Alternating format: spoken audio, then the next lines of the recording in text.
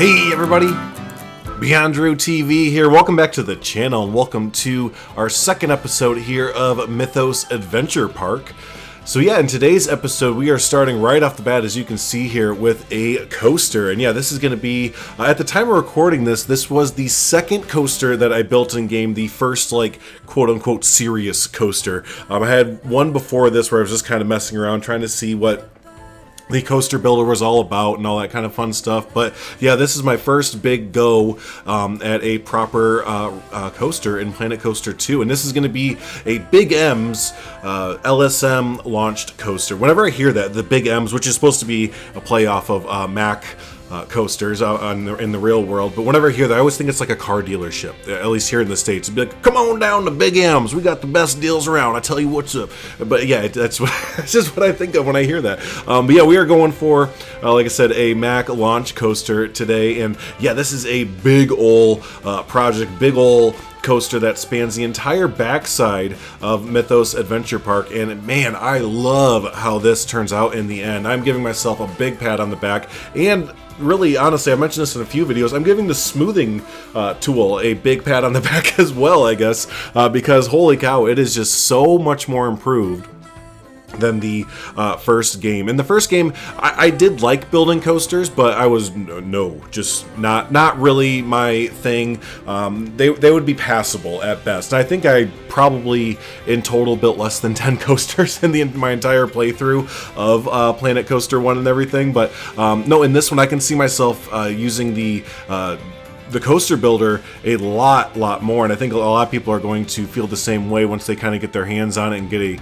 a feel for it, because it is just, I've mentioned this in other videos, but the only word I can think of for it is just much more forgiving, and that's kind of a common theme. I think I was watching Mass Bandit's new video today on his Bikini Bottom, and he mentioned that about the terrain builder and the water builder, or the water tool and everything, that everything in this game is just a little bit more forgiving overall. Again, whether it's, this tool or any other tool and everything. So yeah, I think if you had struggles with any of the tools in the first game, whether a specific kind of tool, I think you might want to go back and try it again in this game, because you might be pleasantly surprised with not only how easy it is now to make really pretty things really quickly, but yeah, again, just kind of how easy it is to make those things pretty. Just because, yeah, these tools that we have, especially like the scenery brush, the terrain brush, and cohesion together, they just knock it out of the park together. So, but anyways, I've been way off track here. That's why I'm kind of pausing here, like, hey, we should probably talk about the coaster. My main inspiration for this is a coaster I've never been on, but I love the way that it looks, and that's Cheetah Hunt down in... Oh, is that Busch Gardens or SeaWorld? I think it's Busch Gardens. Correct me if I'm wrong down in the comments, but Busch Gardens down in Florida. And yeah, I've always loved the way that Cheetah Hunt looks, especially with the big tower in the back where it kind of does some weird little... not inversions really, but it just makes this cool looking tower at the back end of the coaster. So that was kind of the idea I wanted to go for, and I think right about here in the time lapse, I'm trying to kind of do that similar wraparound track tower thing, but it just ends up not really working out, and I get a little frustrated, and I'm just like, heck it, we'll do something else. But overall, like I said, my inspiration is very much so Cheetah Hunt for this whole coaster build here. And yeah, messing around with the pre-made inversions or the in-game inversions, and in the first game they were not really the best, and they were pretty janky with the transitions between the, like I said, the pre-made inversions and then your custom-made track. But this time around, with the smoothing tool, I'm going to keep harping on it, but with that new smoothing tool, the transitions between the in-game inversions is really not that bad. They link up really well, and there's not that awkward kind of like jitter or just weird animation and everything. So yeah, really impressed with how that goes. And yeah, so we come off of the first inversion. That's one inversion of two. I didn't really want this to be all about the inversions. We're looking at airtime. We're looking at kind of theming as well, to be honest with you. But yeah, a lot of floater airtime throughout this whole thing. And yeah, one of the two inversions that we did, the first one there, that was I think it was called an inverted corkscrew. I'd never heard of that before. I know I've seen that element in random videos and stuff like that on YouTube, but I never knew that that's what it was called. And when I saw it, I was just like, oh, that's perfect. perfect. That's what we need right there. And then the second inversion that we're going to eventually land on, there we go, is going to just be a general vertical loop. I think the vertical loop, I think it's starting to come back a little bit. For a while there, manufacturers and designers were kind of just like shying away almost from the vertical loop. I bet the thinking was, and I totally get it, is, you know, oh, we've done the vertical loop since what, the late 70s, early 80s kind of thing. You know, they're probably just thinking it's out of style now, it's out of whatever. But, you know, I think it's starting to come back a little bit because, heck, loops are fun. It's fun to go upside down, and, you know, sometimes you don't need to do all the crazy different inversions. A loop will go ahead and suffice, right? So, and then we finished the ride there. Right now, as of right now, there's like a double up coming out into the end of the brake run, or the beginning of the brake run. That does change into just a gradual up and into the brake run kind of airtime there, but yeah, I was just kind of getting all giddy, all over overkill with the airtime in this coaster. I actually forgot to look at how much airtime, seconds and all that stuff there is in this coaster and the test results at the end. I kind of don't pay attention to the test results a lot of time, at least in the first game I didn't. I'll have to change that as I play the second game, see how the test results kind of match up with real world kind of test results and everything. So, but yeah, as we're going through here, it's very noticeable now that I'm looking back through the time lapse. It's very noticeable as I go back and forth with the smoothing tool. And you can really see how much the track drastically changes, and it changes for the better. Again, sometimes in Planet Coaster 1 with the smoothing tool, especially if you had it up, the intensity way up, it would kind of bork basically your entire track and not do what you wanted it to do at all. A complete opposite in this one. Most of the time I have my the smoothing intensity turned up from like 8 to 10, which is pretty much on the high, like the highest side. 10 is the max that you can go, but no, it doesn't really bork it too much. Now, I haven't messed around with custom inversions. I know there's some really awesome coaster builders out there that can make custom inversions and kind of smooth them out to be really, really nice and everything. That isn't really me, but maybe it will be this game. Like I said, I haven't really tried it yet. I've just used the in-game inversions, but who knows, now with this new smoothing tool, maybe we'll be able to make some really cool custom inversions. But that's the other thing, is that now that the in-game inversions, in my opinion, are so much better than the first game,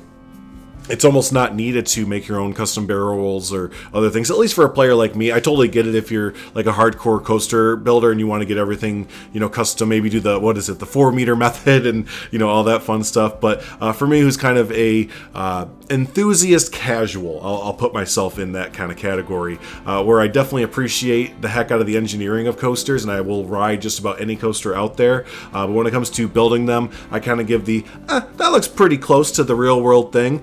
So that's kind of my take on it there. So, but yeah, as we're moving forward here, starting to attach very minimal scenery, but I wanted to try that attached scenery thing that we have here in the in Planet Coaster 2, and yeah, we went ahead and attached a shield to the front of the coaster cars, because the entire, I guess, theme or vibe or story, whatever you want, of this coaster is that you are in the middle of a Titan battle. So there are the two Titans kind of going at each other, and you are just like a towns member or townsfolk or whatever, just happen to be in the middle of it. So that first little part that we started with, where you're just kind of winding through and there's a lot of straight sections on the drive tire, that is going to be a show scene. So I really wanted to experiment with the new lighting mechanics that we have in game, right? Where it's you can basically make show scenes and dark ride scenes, and it'll actually be dark when you're inside of a building, which it looks really, really cool, because again, it's just like, hey, I'm in a building and it's dark.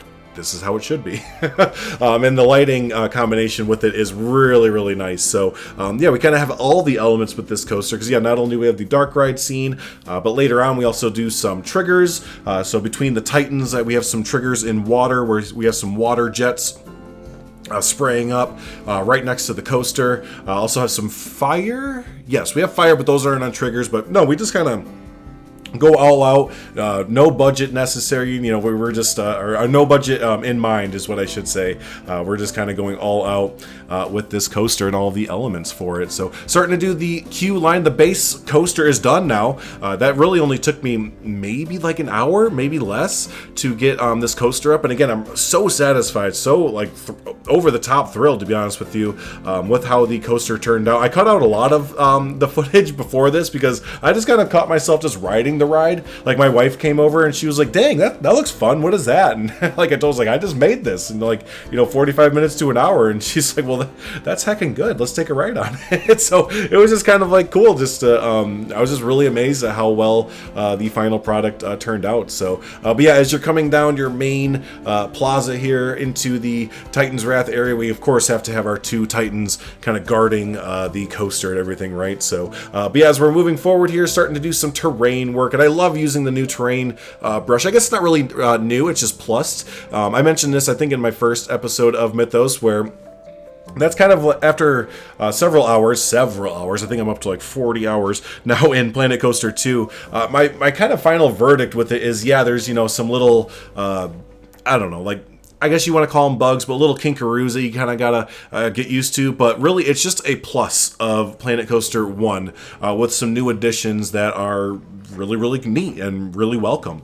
Just, yeah, everything, like I've been saying, the coaster builder, the terrain tool, the pathing tool, of course, just everything just feels plussed, feels like a 2.0 version of everything. So I'm really, really excited. I know there's been, I follow Reddit and all the other social medias and read the comments of the community just to kind of get a tone of the community, right? And kind of leading up to release. Also, happy release day as of this video. We're releasing everything. It is release day for Planet Coaster, so I hope you all are enjoying the heck out of it and everything. But, leading up to release, I think, I don't want to say tensions, but just people's wants and everything for the game start to kind of accelerate a little bit more, or just they kind of are not getting the reveals that they may have wanted from the game up to this point.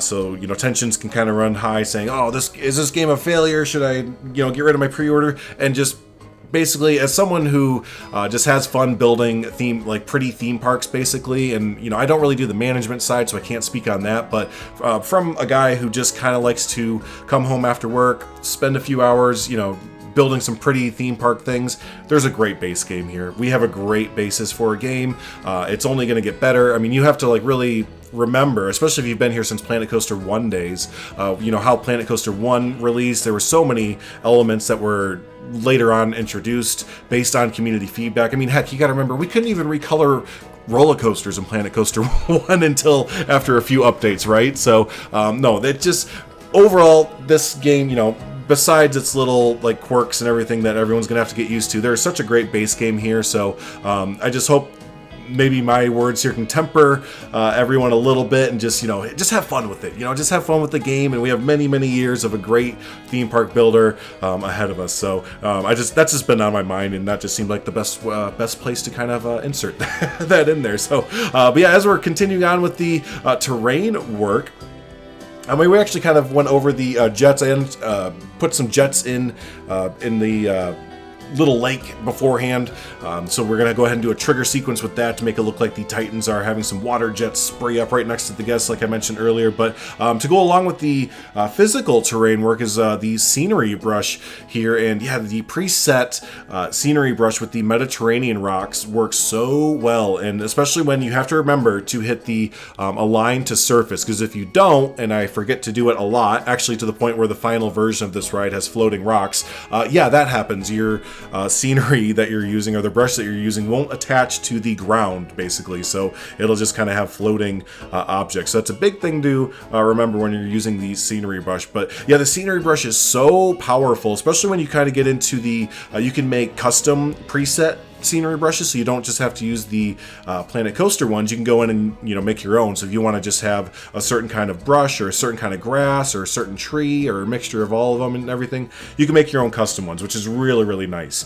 But yeah, no, it's a really powerful tool that just saves so much time. It's just a big realization for myself, especially who I love the foliage and landscaping part of this game, especially. I think that just brings parks to life so much, is the landscaping and foliage and all that stuff. But I just am finding that I spent so much time on it by the rapidness I'm able to kind of complete projects based on the scenery brush, and placing foliage and making forests and all that kind of, or yeah, forest basically, very, very quickly. So yeah, no, it's a very, very powerful tool, especially again when you start to scale the radius of it way down. I almost always use it on 1 meter radius for it, which is the smallest that you can do, and it basically only places a single tree at a time, but you're able to get some really nice control with it and make some really nice scenes very quickly.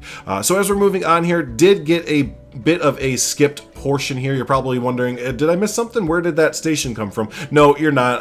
I had a corrupted OBS file. I had some kind of learning pains here with OBS, which is the recorder that I use to get the game footage.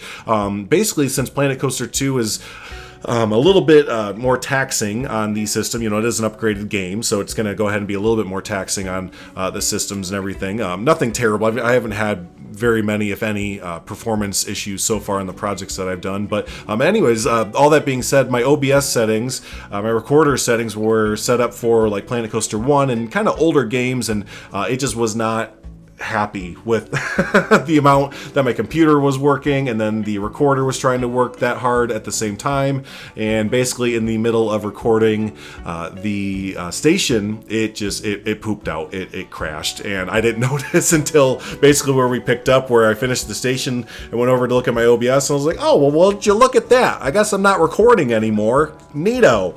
But anyways, it is what it is. So, but no, the station, I was just kind of playing around with the mythology pieces, because again, if you didn't catch the first episode, we're only using the mythology pieces in this project right now. So that's just a lot for me. That's personally what I do when I first get a new game or a new DLC comes out and everything. I will try to just use those pieces for at least a project, or at least a small build or something like that, just to kind of get familiar with them. Because I think it's so important to have piece familiarity in these games to make different themes from existing themes. So I've seen a lot of people mention like, oh, I wish we had Western, or I wish we had spooky, or wish, a lot of those original themes from Planet Coaster 1. And don't get me wrong, I do too. I wish we had specific themes for them. However, there are enough pieces in here, and I think actually John T mentioned this from Geekism. I think he mentioned he's going to have a new series coming out where he makes different, or the original vanilla themes from Planet Coaster 1 using the in-game items that we have by mixing and matching. So for those of you that are kind of newer to these games, don't just go in thinking like, okay, the mythology pieces are only used for mythology builds. No, like mix and match the Viking and the mythology, or the aquatic and the Viking, or the resort and the, you know what I mean? Just kind of mix and match, and look at this as a giant Lego set and use it as you wish, or a giant diorama set, right? Whatever you want to look at it as, because that's what myself and a lot of other creators look at it as, is not being almost limited by the game telling you, yes, this is for mythology. That's a good basis to go off of, for sure, as you're seeing in like this build here, or this project where I'm only using those pieces. And it looks really nice together. It actually looks incredible. I love how they the art style for this game to have everything kind of cohesively look together. But yeah, don't get kind of boxed in, right, to just thinking, oh, I can only use this marble wall set for a mythology build. Yeah, no, I think that's just kind of a good mindset to kind of get out of when you're going into building these big parks and everything. So, but as we're moving forward, we are doing our dark ride scene right now. Very small dark ride scene.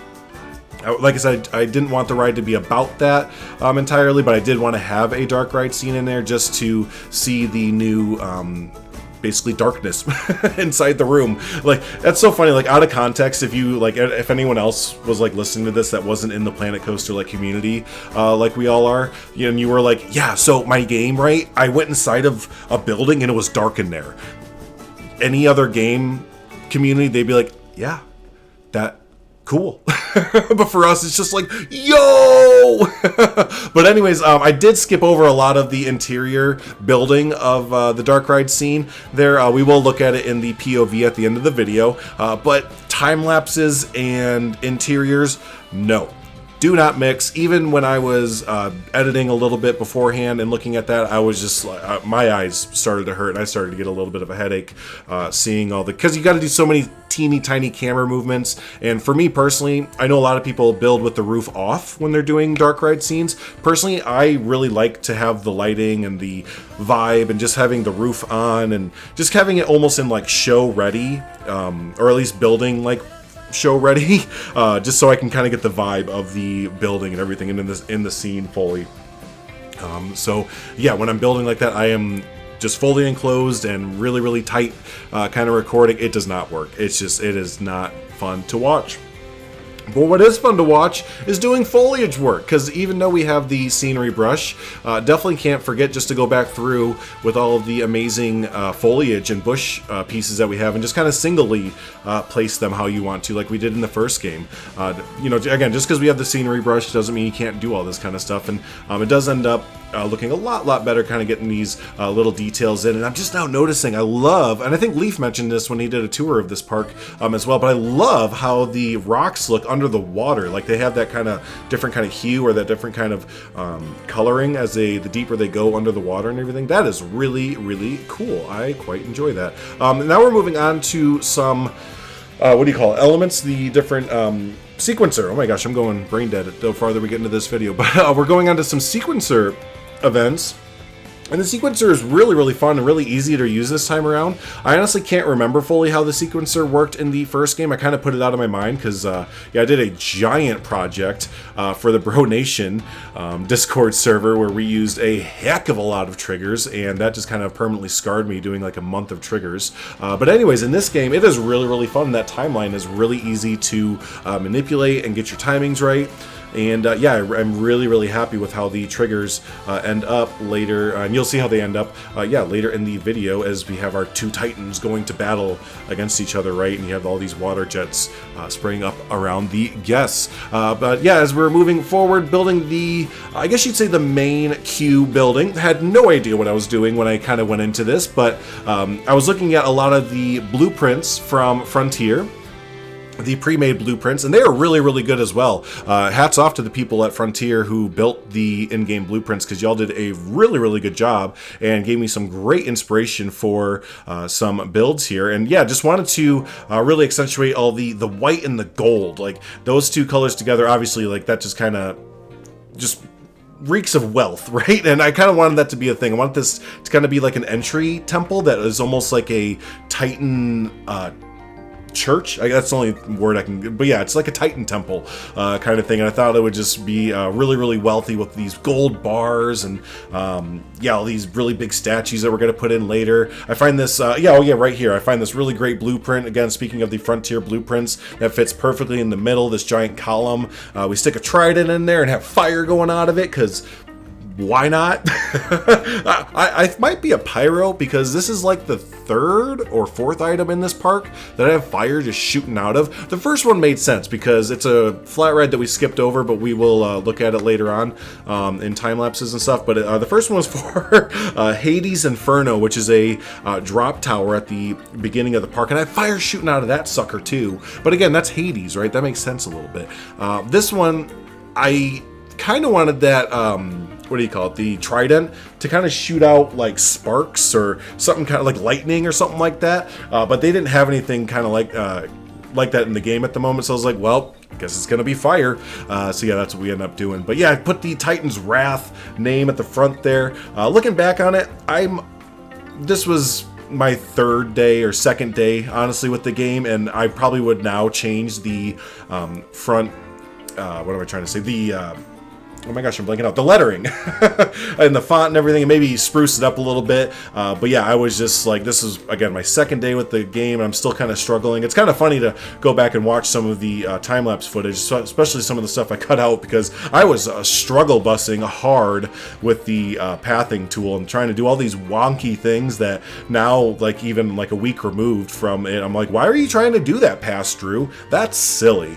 So yeah, that just kind of, again, harps on what I was speaking on earlier, that when you do get the game, just kind of give yourself some time. You're gonna like learn really quickly what to and what not to do in this game, and very quickly start to get some fun builds and get your own kind of build style or build method kind of going, where you're gonna feel all right with it. So but yeah, we're building a nice fun little food court out front. Just wanted to make this entire coaster like a whole area within itself. You see this a lot of times in real world parks, right, where, you know, a coaster isn't just kind of slapped on this, or at least a big coaster like this, I should say, isn't just kind of slapped on the side of the midway or the main entry area. It's I'm getting a phone call. There we go.